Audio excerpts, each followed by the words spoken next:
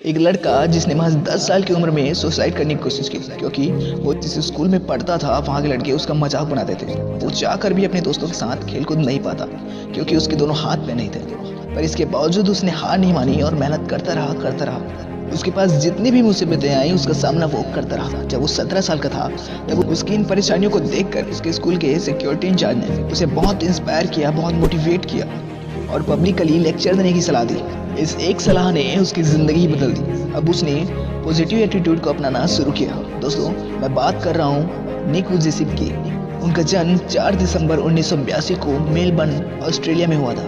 उन्होंने अब तक दुनिया भर में कई जगह लेक्चर्स दिए हैं। करीब 50 देशों में बीते 15 सालों में निक ने हजारों लेक्चर दिए हैं। उन्होंने अपने एक्सपीरियंस पर आधारित एक किताब लिखी है जिसका नाम है मेमायर लव विदाउट लिमिट्स। निक इस समय लाइफ विदाउट लिम्स और एटीट्यूड इज एटीट्यूड नाम की 2 कंपनियों के चीफ हैं। ये कंपनियां दुनिया भर में विकलांग लोगों के बीच उम्मीद और भरोसा जगाने की दिशा में काम करती है। दुनिया भर के लोगों के लिए निक एक उम्मीद की किरण है। निक कहते हैं कि विकलांग लोगों को व्हील चेयर देने या उनके लिए इमारत बनाने से बदलाव नहीं आएगा। उन्हें ज़रूरत है भरोसा देने की कि आप भी कुछ कर सकते हैं। जब दूसरे लोग अपने सपनों को हासिल कर सकते हैं तो हमें भी कोशिश करनी ही चाहिए। वो कहते हैं कभी कोशिश करने से डरना नहीं चाहिए और किसी बात के लिए हिचक भी नहीं होनी चाहिए। किसी बात के लिए शर्म भी नहीं करनी चाहिए। इतनी हिम्मत उनमें कहाँ से आई? जब निक 13 साल के थे तो एक दिन उनकी माँ ने एक न्यूज़पेपर में छपी आर्टिकल को पढ़कर निक को सुनाया जिसमें एक विकलांग व्यक्ति के संघर्ष और सफलता की कहानी थी। तब निक को एहसास हुआ कि वो दुनिया में अकेला विकलांग नहीं है। मेहनत करके आगे बढ़ा जा सकता है। जिसके बाद उनके जीवन की दिशा ही बदल गई। उन्हें ये महसूस हुआ कि ऊपर वाले ने कुछ अलग करने के लिए ही ऐसी स्थिति में डाला है। उसे तो खुद के लिए ही मोटिवेशन की ज़रूरत थी, लेकिन उन्होंने संकल्प लिया कि वो खुद ही लोगों को मोटिवेट करेंगे जिससे लोगों के अंदर मौजूद निराशा और अकेलापन दूर हो सके, वो कुछ कर सके और उत्साहपूर्वक कार्य करते हुए अच्छी तरह से लाइफ स्पेंड कर सके। फिजिकल डिसेबिलिटी इंसान को काफ़ी मजबूत बनाती है और कहा भी जाता है कि डिसेबिलिटी तो सिर्फ स्टेट ऑफ माइंड है। गिरीश कुमार एक बैडमिंटन प्लेयर हैं। जब ये सिर्फ 2 साल के थे तब एक ट्रेन एक्सीडेंट में इनका एक पैर टूट गया था, जिसकी वजह से वो सिर्फ एक पैर पर खड़े होकर बैडमिंटन खेलते थे। बहुत हैरानी की बात है जब कोई इंसान अपने दोनों पैरों पर खड़े होकर बैडमिंटन खेलता है पर भी उसके पसीने आ जाते हैं, लेकिन वो एक पैर पर खड़े होकर बैडमिंटन खेलते हैं। वो बचपन में एक पैर ना होने के बावजूद भी फुटबॉल, क्रिकेट, बैडमिंटन जैसे खेल खेला करते थे।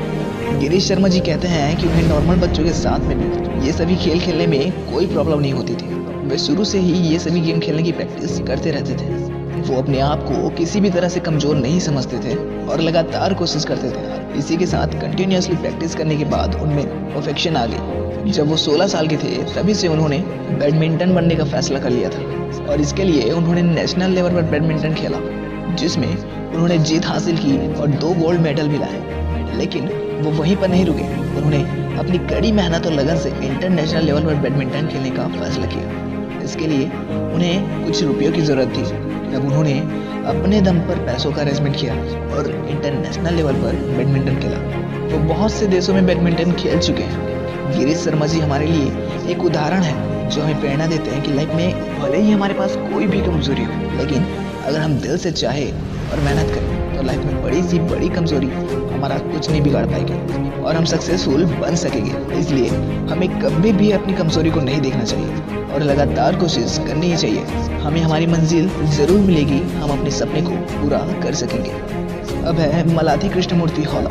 मलाथी कृष्णमूर्ति हौला का जन्म 6 जुलाई 1958 में बेंगलोर में हुआ था। उनके पिता एक छोटा सा होटल चलाते थे और उनकी माँ बच्चों का ध्यान रखती थी। मलाथी जी को महज 2 साल की उम्र में बुखार से लकवा हो गया था और 2 साल तक उन्हें बिजली के झटके देकर ठीक करने की कोशिश की गई, लेकिन इससे सिर्फ उनके ऊपरी हिस्सों में बदलाव आया और निचले हिस्से में बदलाव कम था। पर आज वो सभी लोगों के लिए एक मिसाल बन चुकी है और मलाथी जी को 300 से ज़्यादा गोल्ड मेडल जीतने पर पद्मश्री और अर्जुन अवार्ड से सम्मानित भी किया गया। उन्होंने दक्षिण कोरिया, बार्सिलोना, एथेंस और बीजिंग में होने वाली पैरालंपिक में इंडिया का रिप्रेजेंटेशन किया।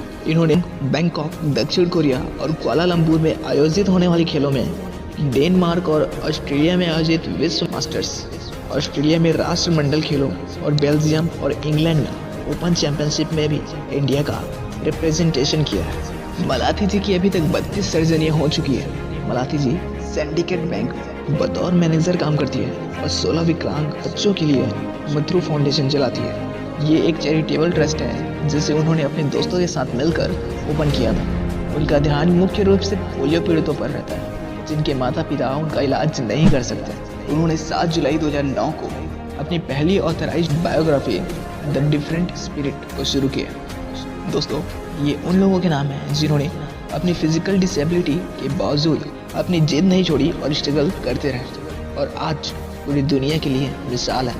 दोस्तों, खुद को कभी कमज़ोर मत समझिए, चाहे कुछ भी हो जाए।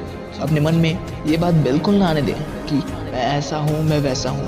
खुद को सबसे अलग ना समझें और जो करें पूरे जोश और फुल कॉन्फिडेंस के साथ करें। दोस्तों, और मैं किशोर आपसे यही कहूँगा कि अपनी सोच ऐसी रखें जो आपकी ज़िंदगी बदल दे। Wish you all the very best और मिलते हैं ऐसी ही नए वीडियो के साथ में।